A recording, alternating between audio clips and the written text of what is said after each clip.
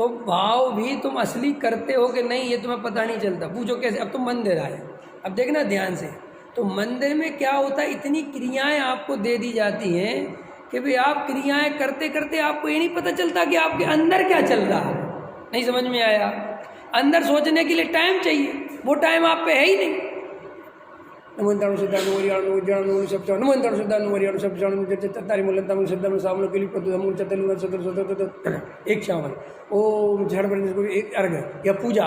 अब वो एकदम हो रहा है और आप बोल रहे हो, उस ढोल मजीरा और बजने लग जाए तो आपको पता थोड़ी चलता कि मेरे अंदर क्या चल रहा है। ये स्वभाव है नहीं, जबकि ये तो बचनों से बोले हुए शब्द हैं, तुम्हारे मन की तो तुम्हें पता ही नहीं है। हो सकता है अंदर भयंकर तेजी से दुकान की धारा चल रही तुम्हें याद ही नहीं है, घर के काम चल रहे तुम्हें याद ही नहीं है, कसाई चल रही तुम्हें याद ही नहीं। हो सकता है घर से लड़के आए हो, नहीं समझे आए, कसाई में हो, लेकिन वहाँ पे चल रहा है। फिर और जो थोड़ा और होता है तो बेहोश करने के लिए ढोल मजीरा बजने लगते हैं, तो और आदमी बिल्कुल फिर मस्त ही हो जाता है। फिर तो नाचे जो इंद्र देवरी नाचता है। तो आप ये मत सोचो कि ये स्वभाव है। हो सकता है तुम्हारी इस स्वभाव की आवाज में अशुभ भाव सुनाई ना दे रहा हो, इसलिए लोग मंदिर में शांत होकर नहीं बैठते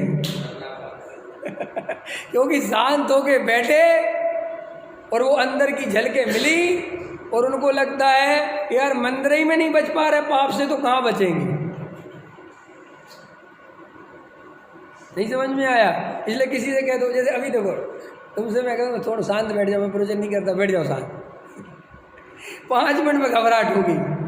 अभी मेरी सुन रहे हो, तुम्हारे शब्द जा रहे हैं, समझ में आया? तो तुम्हें एक काम मिला हुआ है, तुमसे कहो कि शांत होकर बिना काम के बैठ, तो बिना काम के बैठते ही यह दृष्टि अंदर जाती है। सीधी सी बात है, ये दृष्टि का एक तरीका है। उसे बाहर में उलझा के रखोगे तो वो बाहर में उलझी रहेगी, और तुम जैसे ही बाहर से छुट्टी दोगे तो वो कहाँ जाएगी।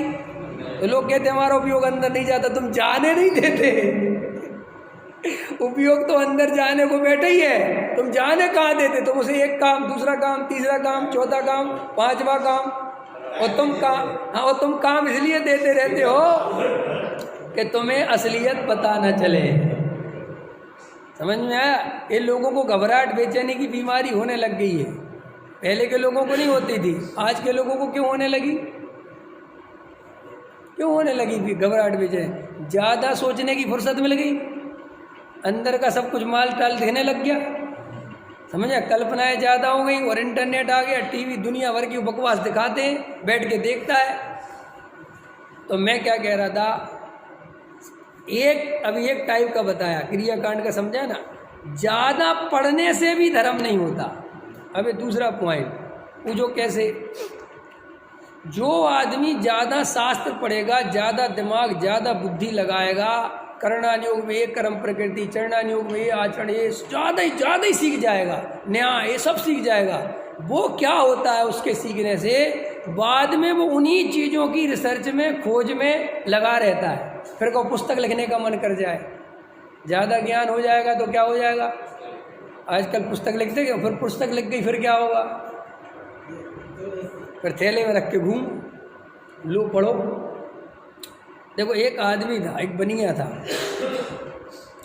बनिया समझ लो जैसे ये सम्य सागर जाते हैं ना अपन, ठीक?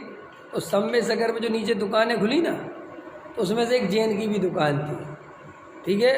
और वो 25 साल से वहाँ रह रहा था, लेकिन वो कभी सम्य सागर के पहाड़ पे नहीं चढ़ा था, जबकि वो पहाड़ पे चढ़ने वाले यात्रियों के लिए वो सभी तरह के सामान बेचता था जो पहाड़ पे यात्रा पे ज़रूरत होती है, समझ में? लेकिन वो कभी नहीं चढ़ता। और वो मनी मन ये सोचता था कि मैं तो यहीं रहता हूँ, अभी पैसा कमा लूँ, मैं तो यहीं रहता हूँ। ये लोग बेचारे दूर दूर से आते हैं, इनके तो भाग्य खोटे हैं। हाँ, मैं तो यहीं भगवान के पास ही रहता हूँ, जरा से पास ना, दूर थोड़े ही है। एक दिन मन करेगा चल दूँगा, एक दिन मन करेगा चल दूँगा। ऐसा सोचते सोचते 25 साल निकल गए, समझ? लेकिन बनिया था, बनिया ही बुद्धि बहुत थी, हर चीज़ गुणा भाग करता रहता था, गुणा भाग लगा के बेची थी। 2 रुपये की चीज़ आई 3 रुपये बेच रहा, 2.5 रुपये बेच रहा। तो एक दिन उसने चलने की सोची, कि आज तो चलता हूँ। तो भैया सुबह से अच्छा बढ़िया 3 बजे से, उसको पता था लोग 3 बजे चलते हैं, ये करते हैं, सब करा है ना, और अपनी लालटेन ली या टॉर्च ली। अब टॉर्च ली तो जैसे ही आगे बढ़ा तो ज़्यादा आगे नहीं बढ़ा और एक पत्थर पर बैठ गया और मनी मन सोचने लगा कि मैं भी कैसा मूर्ख आदमी हूँ। ये लालटेन दिखाती है 3 हाथ का उजाला और मुझे चढ़ना कितने मील, 10 मील। तो ये लालटेन कोई काम की नहीं, मैं चढ़ नहीं सकता। मुझे तो ऐसा प्रकाश चाहिए जो पूरा पहाड़ दिखावे। ख्याल में आए कि नहीं, मैं नहीं चढ़ सकता। और बैठ के रो रहा है, निराशा के गर्त में डूबा हुआ है और मन ही मन सोच रहा पता नहीं लोग कैसे मूर्ख होते, कैसे चढ़ जाते हैं। इतने में एक पीछे से आदमी आया। तो पीछे से आदमी आया, उसने कहा क्या हुआ, बैठे क्यों? अरे बोले साहब आगे का रास्ता दिखता नहीं, इससे सिर्फ 4 हाथ का रास्ता दिखता है, जरा सा दिखता है, इसके भरोसे कैसे इतना पहाड़ चढ़ जाए, आगे तो अंधेरा ही अंधेरा है। तो उनने कहा 4 कदम चलो तो चले, दिखाया कि अब कितना दिख रहा है, कि फिर 4 दिख रहा है, अब कितना दिख रहा है, कि बस यही पहाड़ चढ़ जाओगे।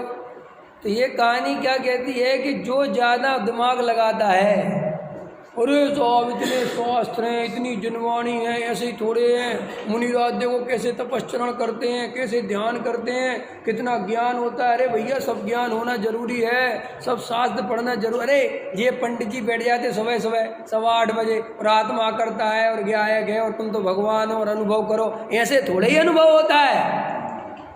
ये बिल्कुल ऐसा ही है। अनुभव तो हो सकता था, लेकिन दिमाग में इतना बोझा भर लिया है शास्त्रों का, इतनी बातें भर ली हैं कि दिन भर उनके ही गुणा भाग सुलझाता रहता है, उन्हीं में लगा रहता है। आज पंडित जी ने कहा था स्वभाव ये है, स्वभाव में धर्म है। कैसे कहा था? ऐसा नहीं है, सर्वथा नहीं है ये बात। ठीक है, वो निश्चय नहीं से कह रहे थे, वो अपनी जगह ठीक है, लेकिन ऐसा थोड़ी पूजा पाठ छोड़ना थोड़ी चाहिए, मंदिर आना छोड़ देना चाहिए। देखो देखो गुणा भाग लगा रहा, किसके लिए कहा था? वहाँ बुद्धि नहीं जा रही उसकी, किस बात के लिए बात कही थी वो नहीं, वहाँ ध्यान नहीं जा रहा। कहाँ ध्यान जा रहा? ये पूजा पाठ पे, ये स्वाध्याय क्रियाकांड पे। ऐसे अपन ने कहा अरे ज़्यादा स्वाध्याय करने से क्या होता है? नहीं नहीं, टूडमल जी साहब ने लिखा है विशेष बुद्धि हो तो पढ़ना चाहिए। है विशेष बुद्धि, कौन माने कि नहीं है? समझोगे तो सब समय। करणान योग वाले क्या कहते बता, उनका एक स्टाइल होता है, हर आदमी का अपना अपना विज्ञापन है भाई, उसमें क्या दिक्कत? खतरनाक बोल रहा हूँ, हर आदमी का अपना अपना विज्ञापन है, तरीका है। करणान योग वाले में ऐसे पढ़ाएंगे, देखो भाई कुछ लोग करणान योग को समझ में आया, कर्म प्रकृतियाँ कह कह के इनका हंसी मजाक बनाते हैं। करणान योग ऐसा नहीं है, ये बहुत इम्पोर्टेंट है, इससे आपको सर्वज्ञ की महिमा आएगी, आपको 3 लोक की जानकारी मिलेगी, आपको पता चलेगा आप कहाँ रह रहे हो, मध्य लोक कैसा है, ऊर्ध्व लोक कैसा है, अधोलोक कैसा है, नरकों में क्या व्यवस्था है, स्वर्गों में क्या व्यवस्था है, कैसे कल्प वृक्ष होते हैं, कैसी प्रकृतियाँ काम करती हैं, कैसे भाव बनते हैं, किस भाव का क्या फल मिलता है। ऐसे थोड़ी है। और आप ये सुनोगे और ऐसा मत सोचो कि समझ में नहीं आएगा, समझने की कोशिश करोगे सब समझ में आएगा। आप तो बैठो, कॉपी पेन लेके आओ, पढ़ो, सूक्ष्म उपयोग करो और सूक्ष्म करो, सब समझ में आएगा। बस उसका वो चालू हो गया, तुम भी चालू हो गए। मैं ये नहीं कह रहा हूँ कि पढ़ना कि नहीं पढ़ना, मैं ये कह रहा हूँ इस मनुष्य पर्याय में अगर तत्व निर्णय नहीं किया, आत्मानुभूति नहीं की तो गया ये। और मैं नहीं कह रहा, आचार्य कह रहे। क्या कह रहे? क्रियाकांड के बारे में भी आचार्य कह रहे दम नहीं है, और शास्त्रों के ज्ञान में भी दम नहीं है। कहाँ लिखा? कहाँ लिखा है कि क्रियाकांड से कुछ नहीं होता? ये लिखा है कि नहीं लिखा? याद नहीं आता जब किसी को, जबकि जगत प्रसिद्ध है। अरे मुनि व्रत धार अनंत बार, मुनि व्रत धार अनंत बार, इसका अर्थ क्या है कि क्रियाकांड से धर्म नहीं होता। और 11 अंग 9 पूर्व धारे अनंत बार। लो 6 उपसम ज्ञान की भी उठा के रख दिया और एक क्रियाकांड को भी उठा के रख दिया। और ऐसा लिखा आचार्य कुंद कुंद देव ने कि जो जीव अपनी आत्मा को जान ले, उसने सारे ग्रंथों को जान लिया, वो सब द्वादश संघ का पाठी हो कि महाराज उसे डमोकार मंत्र भी है, छोड़ो डमोकार मंत्र। अगर वो शेर है ना, शेर, अरे शेर है, कौन सा शेर? महावीर वाला शेर, तो सम्यक दृष्टि हो गया, उसे डमोकार मंत्र आने लगा होगा। जब शेर सम्यसन हो गया, आ गया, उसे कुछ पता चल गया वो करना नहीं, वो कर्म प्रकृतियाँ कुछ नहीं पता कि नहीं साहब, कुछ नहीं पता, लेकिन उसे शरीर और आत्मा और राग आदि भाव का भाव भाषण हो गया, वो ही द्वादश संघ का असली पाठी है।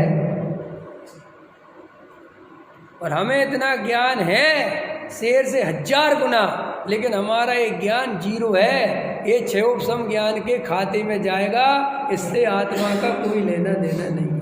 इसलिए जानकारी बढ़ाने के चक्कर में भव मत बढ़ाओ, आत्मानुभव करो और भव को मिटाओ।